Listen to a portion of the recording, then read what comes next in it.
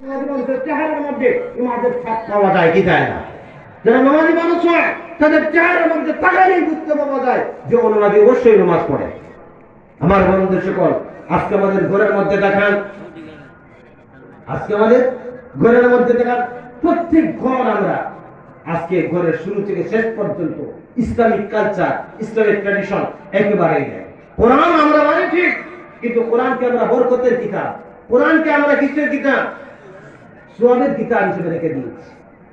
কোরআন রমজান মাসে শুধু তিলাওয়াতের জন্য ব্যবহার করি, খতমের জন্য ব্যবহার করি, মা অসুস্থ হয়েছে, বাবা অসুস্থ হয়েছে, এর জন্য আমরা কোরআনকে ব্যবহার করি। কোরআন কি এইসবের জন্য শুধু এসেছে? না, কোরআন কি শুধু এইসবের জন্য আসে না।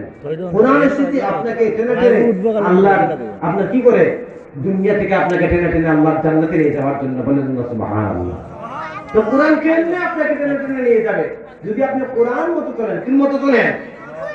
কোরআন মতো যদি আপনি চলেন, তবে কোরআন আপনাকে টেনে টেনে আল্লাহর জান্নাত পর্যন্ত নিয়ে যাবে।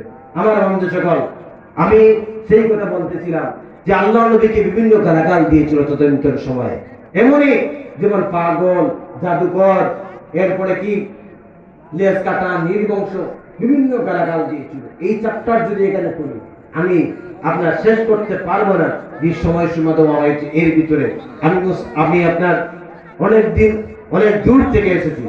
সংক্ষেপে স্টাডিং আমি করতে চাই আপনাদের সামনে থেকে। আপনারা ইউটিউবের মধ্যে ঢুকে আমার নাম সার্চ করে ত্রিপুরা থেকে যদি সার্চ করে দেখতে পাবেন 1 লক্ষ টাকা পর্যন্ত মানুষ আমাকে আমার হাতে দিয়ে 1 লক্ষ থেকে শুরু করে 9 লক্ষ টাকা ইন্ডিয়ান রুপি আমি বিভিন্ন জায়গায় কালেকশন করে মানুষ দিয়েছি, লাখ লাখ টাকা দিয়ে।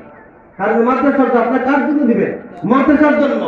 আজকে এই বিশ্বের জমিনে একমাত্র দিনের দানব এবং বাহক যদি কোনো বস্তু থাকে সেটা হচ্ছে আল্লাহর কোরআন আর মাদ্রাসা। বলেন না সুবহানাল্লাহ। এই দুনিয়ার জমিনে কোরআনই হচ্ছে একমাত্র গ্রন্থ, যে গ্রন্থটা বিশ্বকে টিকিয়ে রেখেছে। এই কোরআনই হচ্ছে এমন একটা গ্রন্থ যে গ্রন্থটা বিশ্বের মধ্যে ন্যায় প্রতিষ্ঠা করে রেখেছে। কোরআনই হচ্ছে এমন একটা গ্রন্থ যে গ্রন্থের কারণে আল্লাহ তাআলা দুনিয়াকে এখনো বাস্তব টিকিয়ে রেখেছেন। আমার বন্ধুগণ, সেই কোরআনের জন্য আল্লাহ দুনিয়া সৃষ্টি করেছেন। আর কোরআন যখন মানুষ ছেড়ে দিবে, আল্লাহ দুনিয়া উঠিয়ে দেবে, দুনিয়াকে ধ্বংস করে দেবে। এই কোরআনের ধারক আর বাহক